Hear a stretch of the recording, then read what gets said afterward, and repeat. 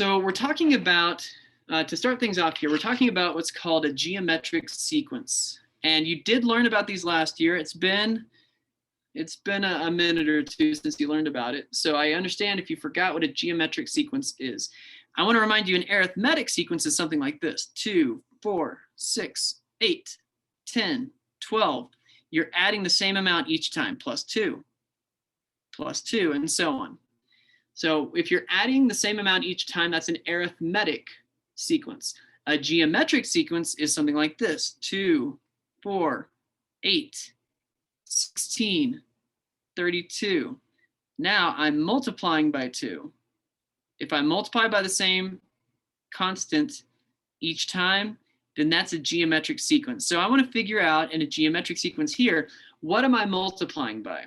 So I'll clear all this, and we got 1, -3, 9, -27. Luckily, it's pretty easy to tell what we're multiplying by, because what times 1 gives us -3? Well, that's just times -3. And just to make sure this is correct, I'm going to do -3 times -3. And sure enough, the negatives cancel out. We get +9. And then if I do +9 times -3, and I get -27. So I just need to keep going down this list. Here's the first term. It tells me the first term is 1. So this is the second, third, fourth. I just need to figure out the 5th, the 6th, and the 7th. All right, so I'm just doing the same thing every time. So I want to multiply by -3. And this is something you can just plug into your calculator. -27 times -3, the negatives cancel out, you get +81. Multiply that by -3. 81 times -3, your calculator can give you that as -243. Now do that one more time. I'm going to multiply by -3. And -243 times -3, the negatives cancel out one last time, you get 729. So the answer is actually E. So I think only one person put that as their answer, but that's okay. So what some people did is they only went one step further. They only found the 5th term. And you had the right idea, but you did the 5th term, not the 7th.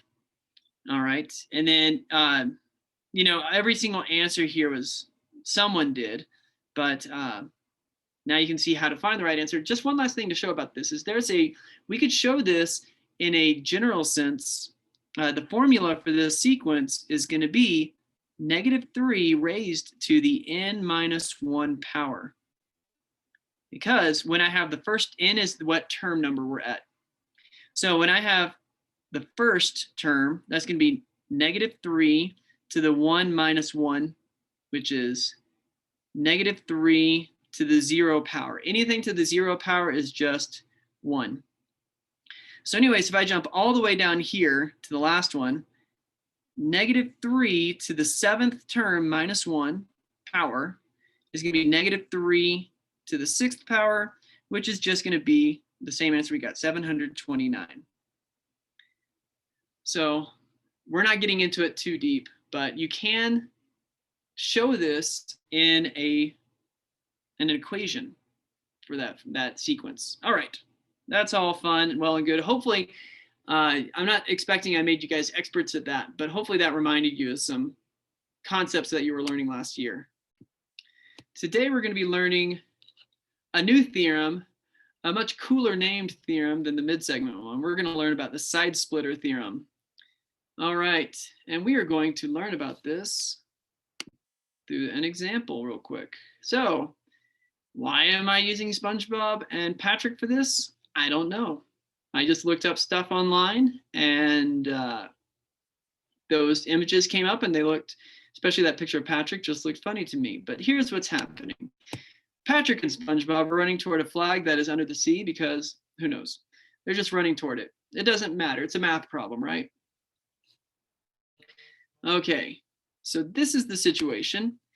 And the question is, how far does Patrick have to run? So the answers that, I got a few different answers, but a couple people put in 235 feet. And let's just figure out, and so that is correct. And we can figure out what's going on. So what might throw this off a little bit, and this is maybe bad notation, I couldn't fit the 60 on the inside right here. So the 60 is not referring to the total length, it's just referring to that one segment. But we can see that Patrick has to run from here where he's starting up the 50 feet, then the 125, then the 60, and we go the entire way, we just add that up. It's hopefully pretty straightforward. And we get a total of 235 feet. All right. Doesn't want to write right here. So 235 feet. So that one is not too bad. The harder question, and this is one I'm going to give you guys a few minutes to think about. How far does SpongeBob have to run? I didn't necessarily expect anyone to come up with the correct answer, though you might have something in mind and maybe you're just not sure and you're not acting on it because you're just not 100% sure that you're on the right track. So when I explain what we're going to do here, maybe some of you are in your rooms are going to be saying like, oh, that's kind of what I was thinking. Okay, so hopefully that's where you end up. And if you're not thinking about it at all, then hopefully you're paying attention now, but I mean, it's really good to have some kind of a conception of where you think we're going with this so you can confirm or correct whatever needs to be done. Okay. So we know Patrick's running certain distances. The only distance we know for SpongeBob is that he's running the 72 feet right here. All right, so he's got an unknown distance here and an unknown distance here. Now, the way this works, there's a couple of things that were not included here. And I need to, first of all, make sure it's really clear. You probably thought this anyway. These lines are all parallel. And I want to think of this, of course, as a big triangle. So if I really briefly talk about something real quick, we have what's called a dilation. And that's where I can take a triangle. So notice this small triangle up at the very top. If I enlarge that and I make it much bigger, I could take this line, I could kind of like stretch it out, and I could stretch it all the way out, in fact, until it's the big triangle. And these are called similar triangles. They're called similar because if I draw these separately, I've got the 60 and 72 right here. But then I've got the big triangle, maybe that big, which is going to be 235 right here, and then some unknown distance z on that side. All right, so these are similar because the top angles will be the same. This angle will be the same. And this angle right here is going to be the same. So the angles remain the same, but the sides are different lengths. The sides are not congruent. So this is kind of a continuation of the idea of dilations. If we were in a normal school year, we would have spent some time talking about dilations and working with them. I kind of skipped over them for us, and I'm just briefly covering them here because we don't have the time to do everything we would have in class. All right, so let me kind of explain from this perspective. If we can think of this as two similar triangles, a small one down here and a big one right here, then these are going to grow proportionally. And what I mean by that is this length 60 and 235, I can put those into a ratio with each other. 60 over 235, that ratio is going to be the same as these sides right here. 72 and z, they're going to grow proportionally. So the rate of growth will be the same for both of them. And I could solve that proportion. Now, we're not technically solving it this way, but this ties into the idea. So I'm actually going to erase all this work I've done. And if I put in that proportion and did the cross products, I could actually get my answer. And let's just kind of approach it a different way using the side splitter theorem. And then we'll further develop the side splitter theorem in a minute. So let me go ahead and get rid of all the markings over here. All right, so I want to think of this as a pattern of correspondence. And that's the phrase I'm going to come back to, a pattern of correspondence. So I'm going to create a proportion here. So I'm just going to set it up already. I'm going to put some numbers in my ratio on the left, some numbers in the ratio on the right, and then use cross products. What numbers am I going to use? Well, I'm going to solve for x. So x over 125. These correspond to each other because notice they're both cut by the same parallel lines. So x over 125 correspond, or the pattern that I'm going to follow, this was the left side over the right side. So I'm going to come up to the top and I'm going to do the left side over the right side. That equals 72 over 60. So left over right equals left over right. So that pattern of correspondence is what I'm looking at. And I'm going to do this so much, and I'm going to say that phrase so much that hopefully by the end of it, if it's not making sense right now, hopefully by the end, you're like, oh, he's just going to say this. We're going to keep doing the same stuff. And yes, we are. So if I set this up, I can now solve with cross products. All right, so that's going to be 60 times x, that first diagonal right here. And now the product here is going to be 125 times 72. So we can do this math real quick. I don't know what 125 times 72 is. That's going to be 9,000. And I've got 60 times x. So now I can divide by 60. And 9,000 divided by 60 is 150.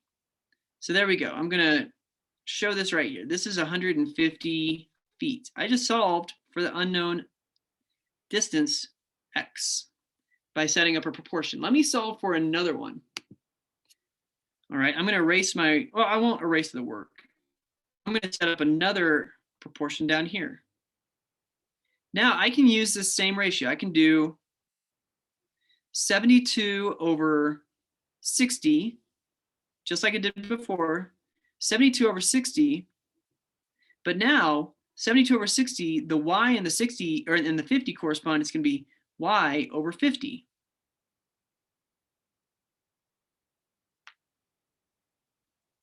All right. So if you followed that pattern of correspondence, left over right equals left over right. And we can see there are other ways of doing it. I didn't have to set it up exactly this way. I could have set it up a different way and it could have still worked. But now if I do this, cross products, 60 times y equals 72 times 50. All right, so we can do that math real quick, which is 3,600 divided by 60 on both sides. And I get 60. So y here equals 60 feet. So I got these distances. I can just add those up at this point. 60 plus 150 plus 72 equals, you can do that math. I'm going to erase some of this work over here.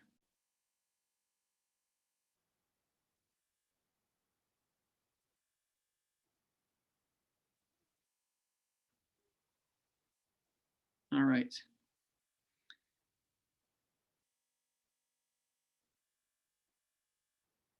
So SpongeBob has to run 282 feet. Okay. So I'm going to skip past anything else on this slide. And I know that it's not like, oh, now I get it, because you might still have a lot of questions. And we'll just continue working with that. So SpongeBob has to run about 27 feet further than, no, sorry, more than that. If I can do math, 47 feet farther than Patrick. So he's got to be faster if he wants to beat him. Okay. Let me show the side splitter theorem. And this is the diagram that if you look at the reference page that I set up for you guys so that you guys can continue referring back to this, it has this specific diagram. And it shows you that these two lines have to be parallel, first of all, but we're always going to assume that they are. That's never going to be an issue.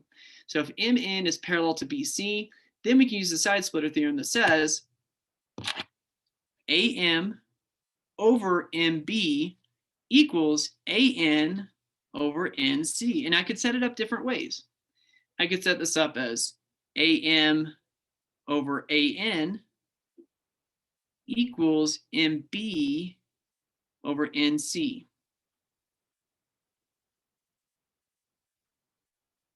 All right, and maybe you can visually follow that.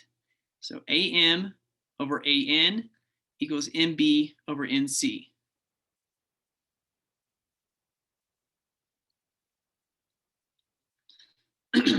All right, now I wanted to show a demo real quick. Actually, I don't need to pull that up, it's already here. And this right here, I have this set up essentially as a mid segment. ED right now is a mid segment because notice it's 3.44, 3.44. So these are congruent. This is a mid segment. But now I can actually drag this and bring it down where it's obviously not a mid segment anymore, anywhere else. And let's just kind of show something real quick. 5.05 over 1.84. So I'm going to do that math real quick. 5.05 over 1.84 is what? That is 2.74. All right, and that might not mean anything to you right now, but I'm going to do the same thing on the other side. What about 4.78 divided by 1.74? So 4.78 divided by 1.74. If I do that, I get 2.75. So these are essentially the same right here. Those ratios are the same. I know it rounded a little differently. That's because it's not 100% precise, but these ratios are going to be the same no matter what. If I drag this up right here, and now I've got 1.4 here. Let me try it just one last time, and we're not going to sit here all day doing this. But 1.45 over 5.44, and I'll do the same thing. 1.37 over 5.16. So if I do both of those,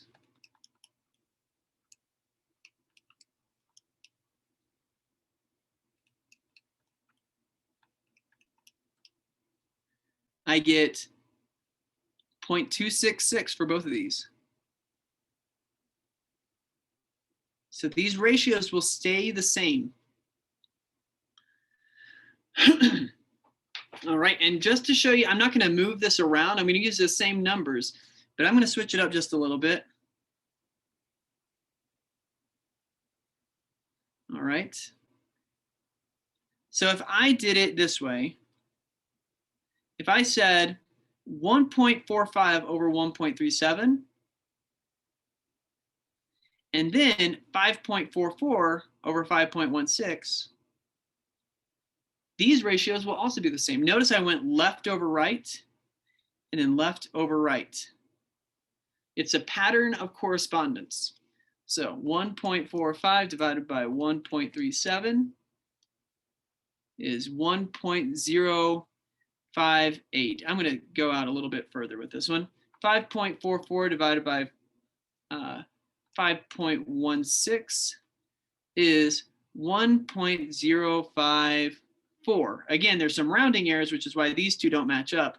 But if I was 100% precise, they would match up perfectly. So these are the same. All right, so we can see if these are the same ratio, then they are proportional to each other. And I hope this is making sense to everyone out there. Let's jump back into this, and we're going to look at some examples some more. All right, so this is also on the reference sheet. So if you start coming across problems, you can see that this is an example you can refer back to. It's not going to cover all the scenarios, but look at this. We've got the way they set up their proportion right here is left over right, the x plus 4 over 9, that's what I've got here, equals the left over the right. It's a pattern of correspondence. So left over right equals left over right. That's the pattern I'm talking about. And the correspondence means that they're both between the same parallel lines. All right, so let's jump into, I'm going to skip over this one. I'm going to see if you guys just can figure out what's going on with this. So I've got BY over BD. You need to kind of look at the diagram and find where those segments are. BY over BD equals TM over something. And there's a blank for all these. I'm going to let you guys try and fill in those blanks. So like I was saying a minute ago, and some of you, maybe this is a big mental shift in order to follow along with what's happening. And I can understand that. There's going to be some practice in your homework tonight where it's just a diagram like this and you need to come up with some ratios, kind of like, and fill in a blank, just like we did here. So what I highly encourage you to do when you're doing a problem like this is, and I'm going to be drawing to demonstrate this, but I want you guys maybe to actually put your finger on the screen and actually be thinking of it like this. So I've got BY over BD. I actually move my finger, or in this case, move my pen.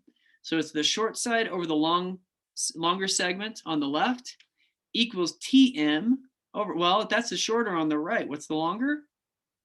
TE. Shorter over longer equals shorter over longer. And that's the pattern of correspondence that we're looking for. And I have to keep it in the same order. All right, what about the next one? AY over AM. So that's the left over the right. And I trace that with my finger, equals DY, which is a short over, well, it has to be the short one on the right, EM. Just looking at this, some people are going to be good at just looking at it and seeing the pattern and knowing that it's EM. Some people, it's really, really important to make it tactile. Actually, take your finger. This one over this one equals this one over this one. If you see what I'm doing in the video there. All right. And there we go. And so, yeah, Dalen, you're saying that you're kind of second guessing yourself, or you were at the time. And eventually you decided that was the right answer, and it is. But that's okay. You're allowed to second guess, and I'm glad you're kind of explaining your thought process, because it is a little bit weirder. We have to kind of shift how we're looking at it when we see it on the top, because we're kind of already setting ourselves up to be like, okay, I'm just creating a pattern. I just need to fill in the last one. Well, now I've got TE. I'm tracing this with my finger over BD. Okay, we're good with this so far, equals something over AD. So I went A, then B, then there's got to be like a C right here, and then a D. So it looks like it's going to be that one. So marking on the diagrams, you'll be able to do that when if you want to draw these diagrams on paper when you're doing your work, and kind of sketch them out so you can actually get a really tactile sensation of moving your finger. That's a good idea. Are there questions on this before we move ahead? Okay, got some thumbs up. All right, and I hope that we're giving this enough time so you guys are really able to kind of process all this and get like you're getting the feel of what you're supposed to do.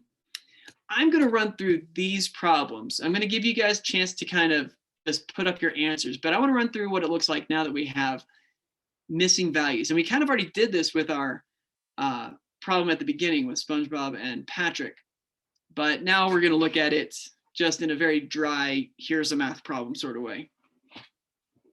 So we've got a bunch of parallel lines cutting through, and we can almost think of those as, well, they are transversals cutting through, but here's what's going to be important for us. We've got corresponding segments being cut in each of those transversals.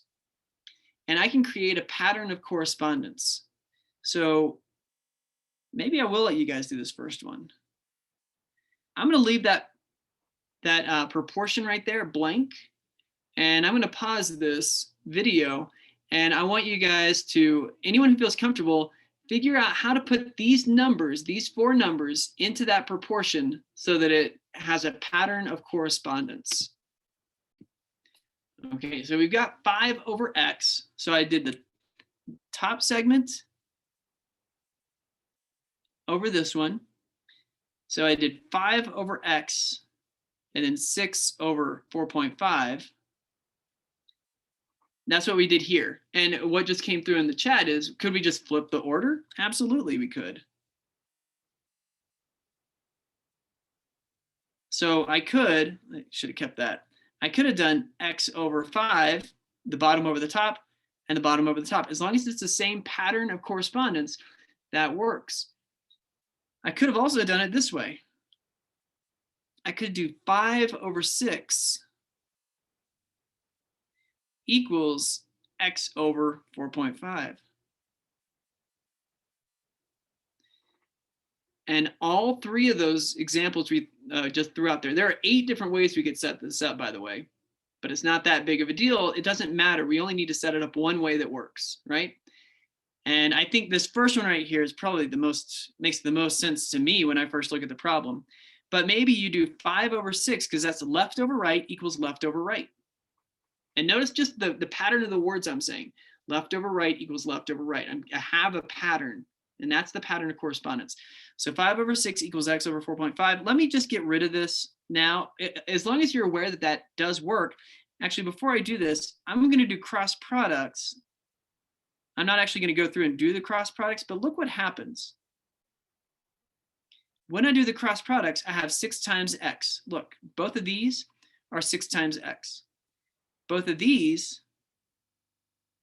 are 5 times 4.5. So I get the same calculation either way.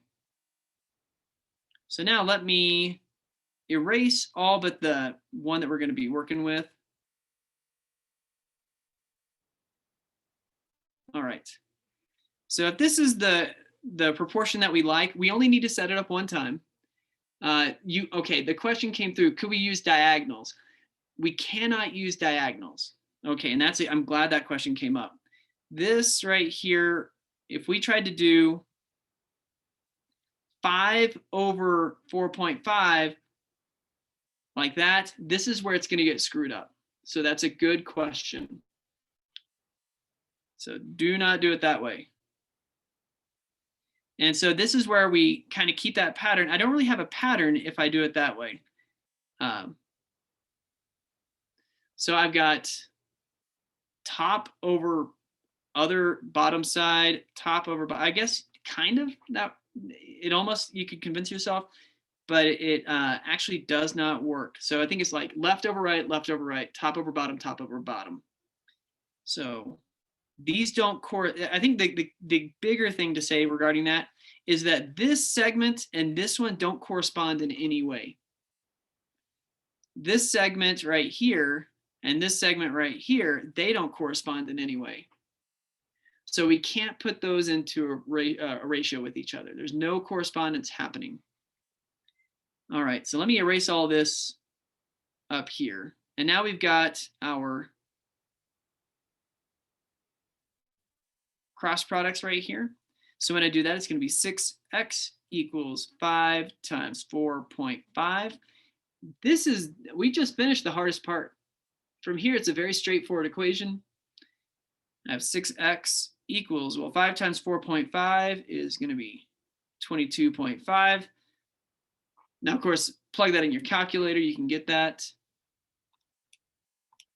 Make sure I did it right. Yeah, 22.5. Now I can divide by 6. This might seem like it's about to get really ugly, but it's not that bad. We just get 3.75.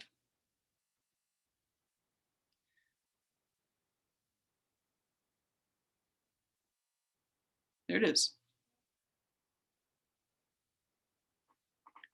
All right, so if we're good with this, then we can look at the next one. And the next one gets a little bit more challenging because we've got 5 numbers to work with. But when we set up our proportion, it just looks like this, right? So what are we going to do here? We want to identify where there is correspondence.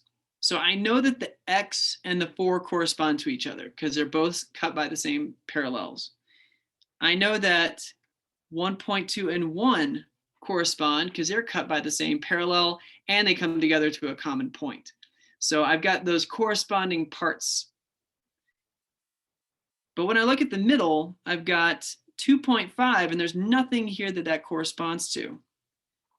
And what that means for our purposes is that it wouldn't be good for me to use that 2.5 because I don't have any number for it to correspond to.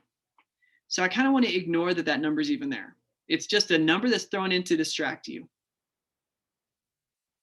So if it doesn't have anything to correspond to, we just ignore it. And there are exceptions to that, and we'll see that in the next problem.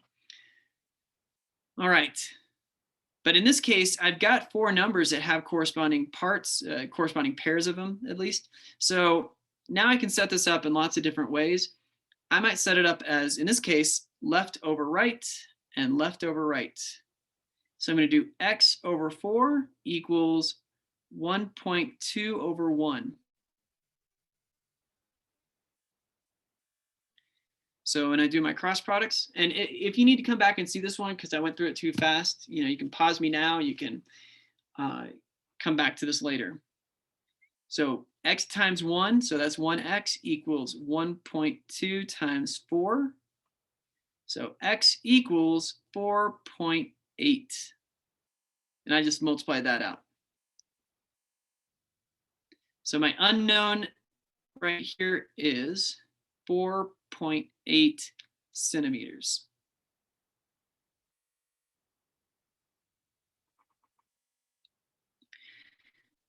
Okay, so let me see. If you did 1.2 over x and 1 over 4, would it be the same answer? Yes, it would. So that's I'm glad you're asking these questions. 1.2 over x, let's see what that pattern of correspondence is. That's bottom over top equals bottom over top. So 1.2 over x equals 1 over 4.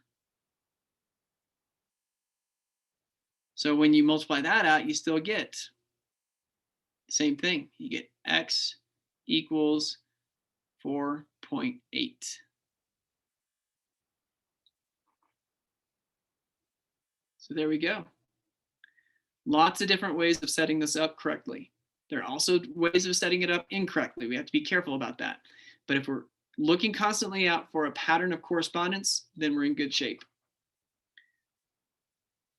Okay, I'm going to erase this one down here. We'll leave that one at the top so we have some room to work with for the last one. So same thing with this one. I can identify where are things that already correspond. And hopefully we can look and we can see the 6 and the 5 correspond to each other perfectly. But then I don't have anything that corresponds to the x. There's nothing here. And then this 9 is the entire length, but there's nothing over here that corresponds to that. So what can we do in a situation like this?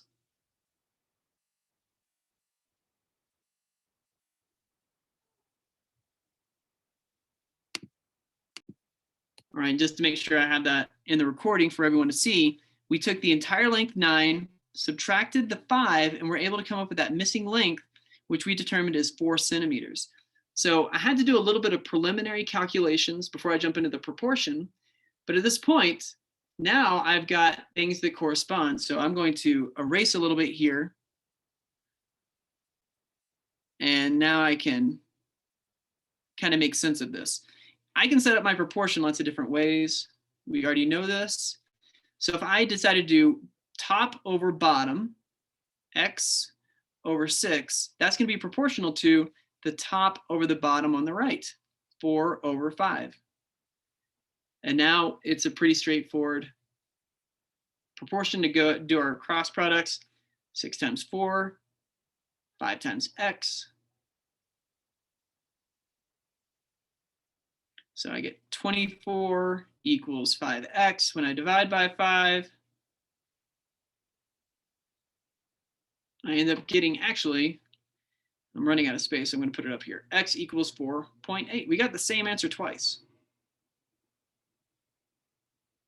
But again, the hard part of this, the part I'm actually spending time on, is the setting up of the proportion. After that, it should be pretty straightforward. And now you can see why we practiced with proportions the other day.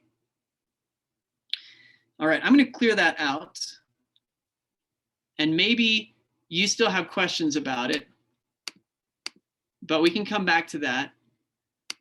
What I'm going to do now is I'm going to leave this right here with a blank proportion, and you guys can fill in what numbers should go in the proportion in what way, knowing that there are multiple ways we could set this up correctly. So whether you got x over 3 and x plus 3 over 4, or you saw it differently and wrote it differently on your page, we just need to make sure we have a pattern of correspondence. And I know I'm saying that to the point of just annoyance. X over 3, we went left over right. And now I'm going to go left over right here on the bottom. And that's very good. That's exactly what, that's one way we can set it up that works perfectly. Again, I encourage you to set it up differently.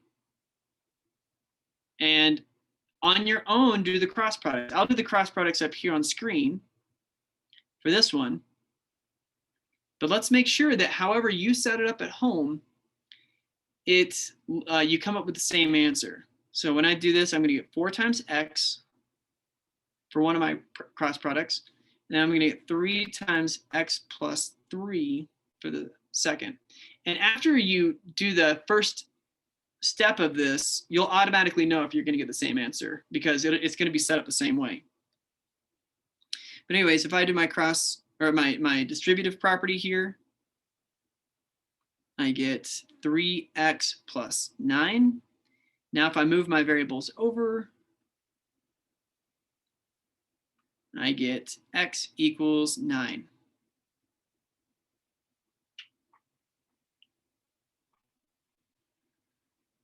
Okay. So x equals 9, that's the answer.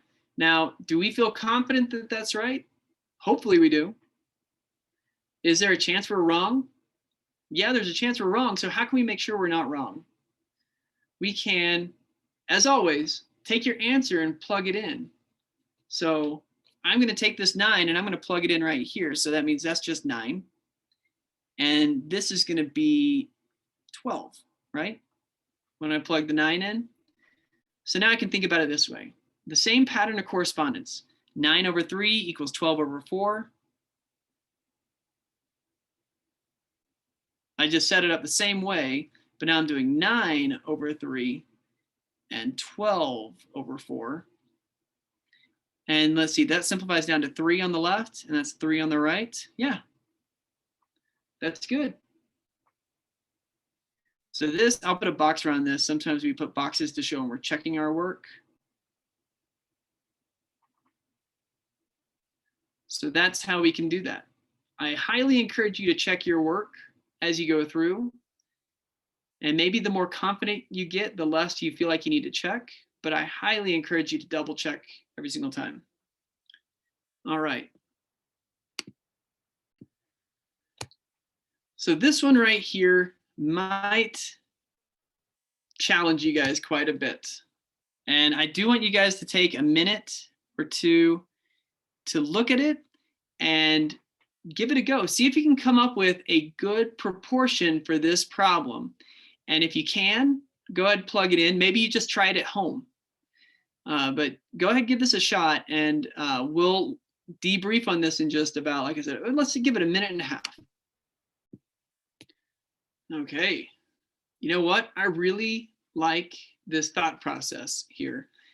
And again, at home, you might have set this up differently. I will say this is not 100% right, but the thought process is very good. All right. So kind of the thing that I want you to be thinking through consciously as you go through this is, do these correspond? And so I'm gonna start with the one on the right. Okay. So I got 5 over 15. It's the right over the left. So I'm trying to get x to correspond with that length right here. And I don't know what that is. Now, I've got the x over, and what was put down is x minus 16, which is very, very close. but it's not 100% right. Can anyone put in the chat or just say or write down on the screen what it should be instead of x minus 16?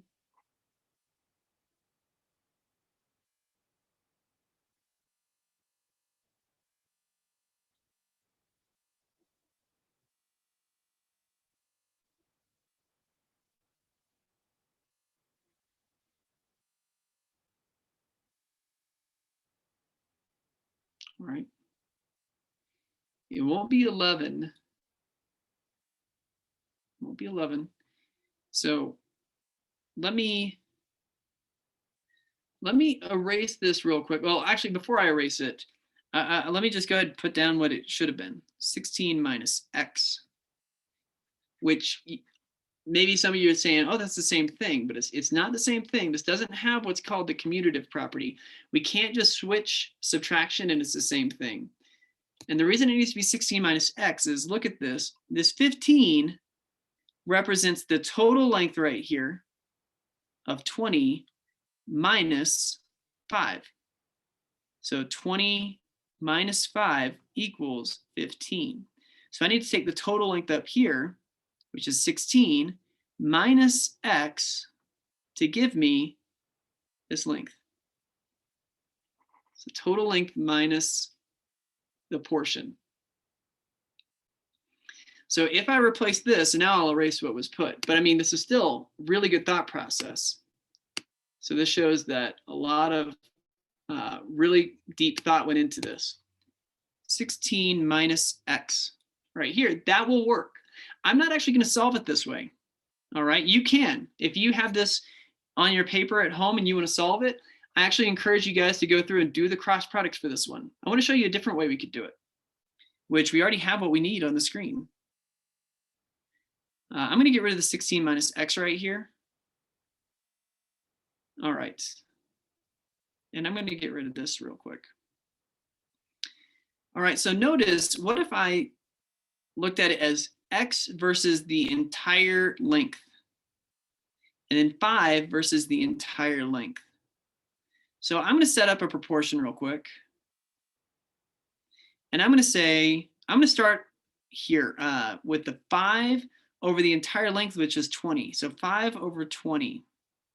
And I know it's 20 because I can just do the 15 plus 5. So 5 over 20 for my first ratio is going to be the short over the entire length. So 5 is the short over the entire length of 20. X is the short over the entire length of 16. X over 16. Now I want to pause right there. Are there questions? Is anyone lost with what I just did?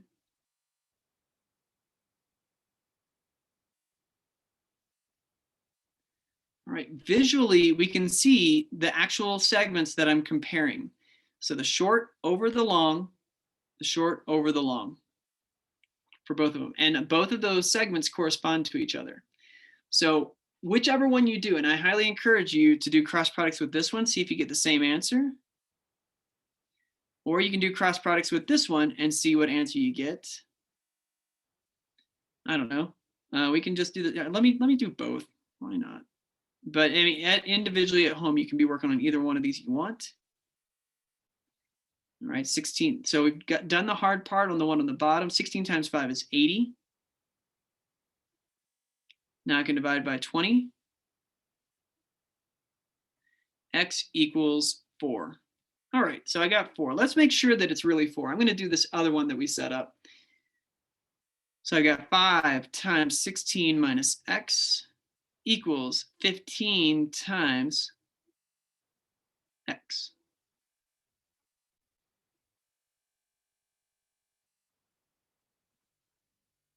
All right, there we go. Sorry about that. So now I'm going to do distributive property. And I got 80 minus 5x equals 15x. Now I need to add 5x to both sides. So I get 80 equals 20x. Sure enough, we divide by 20. And x equals 4.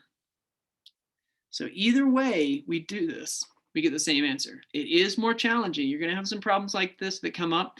Today, you're going to get some practice. Let me show you what that looks like. I'm going to clear this off. All right.